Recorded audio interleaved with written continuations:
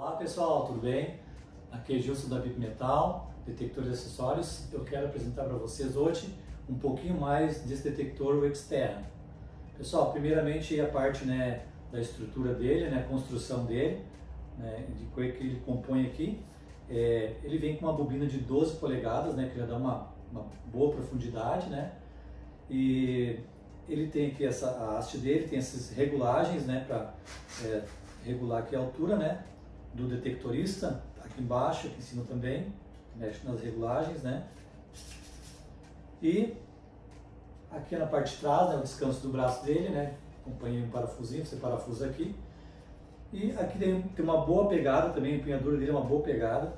Aqui dentro está a parte das pilhas deles, de lítio, e também aqui tem a parte da vibração. Esse aparelho tem vibração.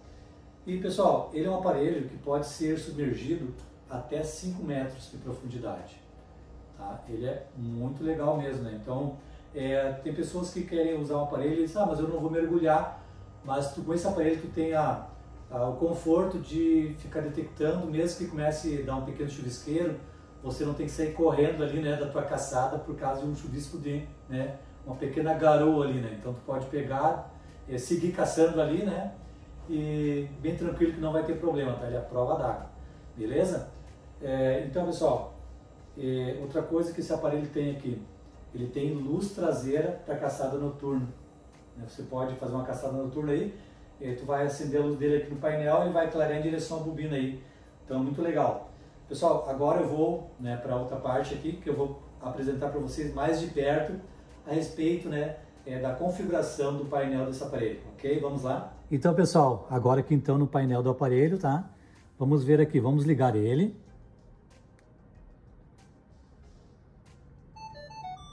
Está ligado. Estou com a sensibilidade bem baixa, porque estou dentro da loja, então senão vai dar muito conflito com a internet, com a luz eletrônica, então ele conflita muito dentro do ambiente fechado. 4 paredes, pessoal, é normal o aparelho ficar, como se diz, ficar louco, Fica bipando para tudo, por causa das interferências do local interno, tá? Isso é normal, tá? No caso aqui eu baixei a sensibilidade para não fazer isso, tá? Vou levantar para você ver que ele vai ficar bipando pelo ambiente, ó. Então a gente baixa a sensibilidade. Ó, aqui pessoal, ele tem 3 modos de busca, tá? Modo parque, tá? Parque 1, parque 2, isso está lá no manual explicando a diferença para o parque 1 e parque 2. O manual em português completo, tá? Parque 1, parque 2, campo 1, campo 2, fazenda, e praia 1, praia 2. Praia 1, pessoal, eu já vou adiantar aqui praia 1, tá? Praia 1 é para você usar o aparelho na parte da areia seca, tá? Areia seca e molhada. E no praia 2 é dentro da água, tá? Tu pode dar com o aparelho lá dentro da água, seja na cintura, com a bobina, vamos dizer, dentro da água, certo?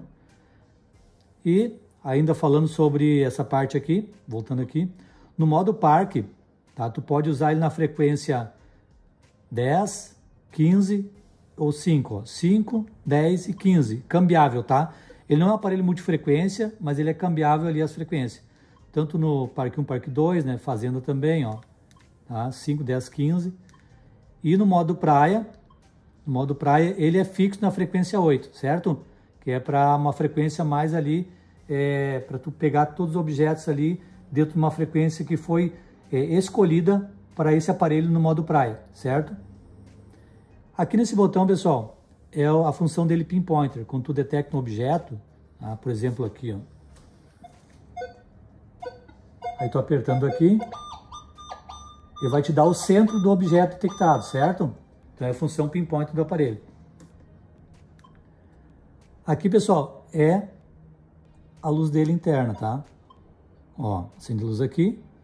E se tu segurar o botão, ele vai acender a luz traseira da CPU. Percebe que tem uma claridade ali? Tá vendo, ó? Não dá para ver muito porque tá claro aqui dentro da loja, Mas então ele acende a luz ali da parte traseira. Segura de novo, ele desliga. E aqui, mesma forma, tem a opção 2 também, que seria a luz mais fraca, ela continua acesa, né? Mas porém mais fraca, que não dá para perceber dentro da loja aqui. Mas à noite percebe-se também. E se apertar mais uma vez vai desligar, certo? Pessoal, aqui na ferradura para tu ativar o modo ferroso, ó. Aí tu coloca, né, aqui na barra de cima, né, completa ela com o modo ferroso, para tu pegar objetos ferrosos, as moedas nacionais, qualquer objeto de ferro, seja no mato, no campo ou na praia, tá? Apertando aqui novamente, tu desativa, correto? Tu pode também selecionar, excluir partes aqui na configuração também do aparelho. Ah, não quero pegar no ID tal, que seria o lacre, tá? Mas a gente já comenta com o pessoal que não é recomendado, tá? Porque tu pode deixar para trás uma aliança, porque o alumínio ele tá muito na frequência ali do ouro, tá? Então ele pode te dar tu pode perder uma aliança por isso, entende? Então não se recomenda tirar ali essa parte que seria o ID do lacre. Tem aliança que vai dar no mesmo ID ali, uma aliança mais fina, um pouquinho mais grossa, né? Então não se recomenda, certo? Mas isso aí fica de cada um, tá? Vamos agora então na parte da configuração. Apertando a engrenagem, você vai ver que aparece ali o primeiro símbolozinho ali no painel, que é de ruído, tá? Isso é eliminação de ruído. Vai apertar este botão aqui do rejeita e aceita, tá? Ele vai fazer, você vai estar lá no ambiente lá de detecção, no mato, no campo, na praia, você ergue um pouco o aparelho, né, um meio metro aí do chão, e você aperta esse botãozinho aqui. Então ele vai fazer uma eliminação de ruído. Isso é a primeira opção do aparelho. Chegou na praia, chegou no lugar que vai detectar, primeiro passo é esse aqui, certo? Aí apertando a engrenagem novamente, você vai para balanço solo. Tá? Esse balanço solo você vai segurar esse botão aqui e vai fazer esse movimento aqui, até ele estabilizar uma numeração. Tá? Se ele fixar no 1, ou no 2, ou no 3, a hora que estabilizar, ele está feito o balanceamento, certo? E tem a opção ali, pessoal, de deixar ativado como automático depois, ó. Deixa ali ativado, ele vai fazer o rastreio ali, o balanceamento automático no solo depois, certo? Seguindo aqui, você vai para o volume dele, vai até 25, ó. Próximo, som do limiar. Esse aqui é para tu pegar objetos, né, que estão mais profundos, que às vezes escapam. Então ele cria uns unidos se tu levantar a numeração. Não se recomenda usar muito alto, porque vai te irritar o teu ouvido, né? Então pode usar, né, um volume aí que não te irrite. Isso te ajuda a achar objetos profundos, né? E lá dentro tem a configuração que você pode configurar para que quando ele passe em cima do objeto ferroso, ele, em vez de dar esse som, né, contínuo, ele dá chama-se um ponto em branco. Ele corta o som, então ele vai estar cruzando em cima de um ferroso. Então no manual em português, pessoal, está tudo explicando lá, passo a passo, tudo muito bem explicadinho, muito legal mesmo de ver a parte do manual lá sobre essas explicações, essas configurações. Próximo aqui é o som que vai dar nos alvos, tá? Então existe um tom, não recomendo um tom porque tu não vai identificar se é ferroso ou não ferroso num tom. Tudo que tu passar vai dar apenas um grito. Sempre assim, seja ferroso, ou seja não ferroso, seja ouro, seja prata, tudo vai dar um som só. Então não se recomenda, tá? No 2 vai te dar 2 tons. Mudou o objeto, muda o som. No 5 é o mais recomendado, tá? Onde tu consegue memorizar sons diferentes dos objetos. Por exemplo, assim, uma prata, né? Ela vai te dar um sonzinho mais fininho, mais agudo. Aí tu passa uma peça de ouro, vai te dar, não muito grossa, uma aliança de 2, 3 gramas, ela vai te dar já um som um pouco mais, não tão agudo, né? Um pouco menos, né? Então tu vai identificar, isso aqui não é uma prata. A prata dá um som mais fino. E você vai ver pelo ID também, que vai dar diferença no ID. O ID é alto, prata. O ID não tão alto pode ser um objeto de ouro e com um som não tão agudo. Então combina as duas coisas, né? Você já tem uma ideia mais ou menos que pode ser um objeto, né, que não seja prata, mas porém de ouro. E pode ser também até uma bijuteria, né, pessoal? Nem tudo é ouro, né? Tem muita joia também que é bijuteria, né? O próximo, então, aqui. Existe também, pessoal, o ao som, tá? No caso, todos os sons, tá? Então, também vai te dar muita diferença de som, tá? Não recomendo também, porque tu não vai conseguir memorizar com muita facilidade, né? Pelo fato de mudar muito. Mudou a massa do objeto, muda o som. Então, não recomendo, tá? Mas é uma opção que tem no aparelho. O próximo aqui é para tu ativar ou desativar, né? Aqui na parte, né? Qualquer parte, tanto negativo quanto na barra de cima ali dos ID, tá? Tu pode, que eu estava falando antes, tá? Tu pode vir aqui e desativar, né?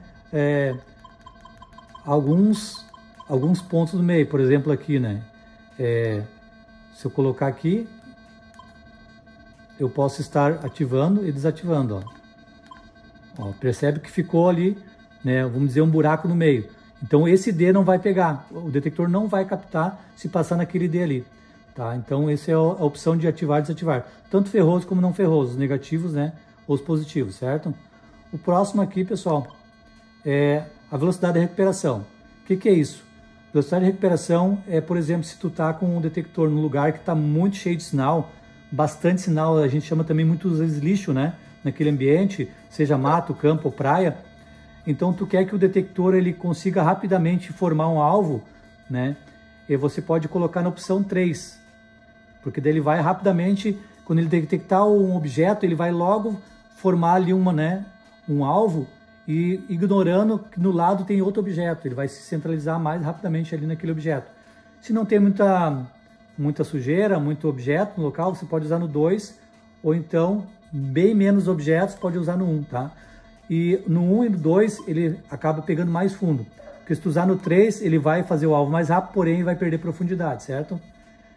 Então, pessoal, basicamente essa aí é a configuração, tá? E também é o seguinte, existe ainda a configuração avançada, tá? Mas eu não vou me deter muito agora aqui, não vai ficar muito comprido, né, esse vídeo, né? Mas existe configuração avançada, que tá tudo lá no manual explicando como que você faz. Esse aparelho, ele não vem em fone de ouvido, tá? Nem Bluetooth e nem com fio, tá? Mas pode ser usado aí da série Equinox, tá? O fone compatível com ele. E aí se tu vai usar um fone com fio, tá? Você abre essa tampinha aqui e pluga aqui o P2, né? Que é o plugzinho dele aqui nessa entrada aqui, certo? E se você quiser adquirir um fone Bluetooth, você chama aqui, né? Nesse símbolozinho de Wi-Fi aqui. Segura aqui, ele vai ficar fazendo a busca ali, vai ficar piscante, né? E no teu fone tu chama ele para fazer o pareamento, aciona lá e eles vão se comunicar e fazer o pareamento. Na medida que for pareado, esse símbolozinho de fone ali, ele vai ficar continuamente aí na tela. Aqui nesse canto direito, em superior, aparece essa pazinha, tá? Então uma setinha equivale a 5 centímetros, duas setinhas 10 centímetros. Cada setinha equivale 5 centímetros. Então, se ela preencher toda essa barrinha aqui, até 5 setinhas, que seria a média de 25 centímetros, então tu tem uma ideia de profundidade, né? Então, se está mais raso, se está mais profundo, né? E se tu estiver fazendo ali um buraco, tá com as 5 setinhas preenchidas, e você já está com o detector dentro do buraco já, aí a 10, 15 centímetros para dentro, e continua essa barra preenchida, né? Até aqui no final dela, significa que você está detectando um objeto relativamente grande e o detector está dizendo que é além dos 25 centímetros. Porque assim, pessoal, esse aparelho tem uma média de detecção dele de 50 centímetros de profundidade, ou seja, meio metro. Porém, existem os fatores, né, que implicam na profundidade, que são, primeiro fator, né, tamanho do objeto, que eu tô comentando aqui agora, sobre, né, ali o preenchimento das barrinhas. Objeto pequeno, ele vai pegar mais raso, né? Por exemplo, ali em torno da distância da pulseira, próximo ali, né, 5 centímetros, ó. Objetos, mas ele vai detectar mais longe, ó, se eu levantar o detector, ó, porque a pulseira, né, não é tão pequenininho, não é igual uma moeda, né? Mas se pegar um objeto mais grande, né, e maior, ele pode pegar, né, nos 30, nos 40. Em objeto relativamente, né, realmente grande, né, ele pode passar do meio metro, pode pegar até 70, 80. Eu tenho cliente que fez buraco aí de 1 metro, né, para chegar até o objeto. Inclusive o cliente achou que não existia nada ali, que seria como um alarme falso, e realmente existia um objeto. Então ele ficou impressionado, né, me ligou falando que pegou um objeto aí a 1 metro de profundidade. Então, por quê? Primeiro passo, primeiro fator, tamanho do objeto. Segundo fator, o tempo que o objeto está enterrado. Quanto mais tempo enterrado, mais chance tem o detector, né, detectar esse objeto como se ele fosse maior, porque em volta, se esse objeto estiver metálico estiver em contato com a terra, com o solo, ele vai criar aquele campo, né? O zinabre, dependendo do metal, cria um zinabre, ele vai criar esse campo magnético, fazendo como que ele fosse maior, e a bobina vai enxergar ele como se fosse maior. Então, por isso que daí, quanto mais tempo, né, enterrado, mais chance de pegar mais fundo, se esse objeto estiver profundamente ali enterrado. E outro fator seria a posição do objeto. Se o objeto está na vertical com relação à bobina, ele tem menos campo de atuação da bobina, concorda comigo? Se ele estiver na horizontal, na parte mais larga do objeto, a bobina tem mais abrangência ali, né, mais contato, né, de sinal em cima desse objeto.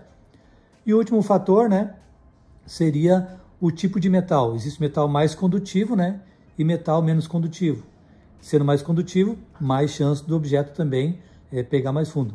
Um detalhe aqui também, que a gente gosta de comentar com o pessoal, se o solo ele tem uma certa umidade, né, tá úmido, um solo molhado, isso proporciona também, como as ondas são eletromagnéticas, né, e a água ela acaba gerando condução, né, elétrica, né, então o solo molhado faz com que às vezes o aparelho consiga pegar mais fundo também, né. Inclusive o pessoal já fez teste aí mostrando, né, um solo totalmente seco, uma profundidade, molhando o solo dá um ganho de profundidade justamente por causa daquela umidade ali, da água, né, em contato ali com o solo. Então, pessoal, espero que esse vídeo tenha ajudado você, né, conhecer um pouquinho mais do Xterra, ou você nunca tinha visto a respeito dele, e você viu aí o custo-benefício, né, vale muito a pena. E caso você queira adquirir esse aparelho, a gente pode fazer para você em 12 vezes sem juros, né, ou então desconto à vista. Esse aparelho tem garantia de 3 anos, pessoal, na máquina dele e na bobina dele, tá? Nós oferecemos para os nossos clientes aí, para todo o Brasil, frete grátis. Beleza, pessoal? Tamo juntos aí. Valeu!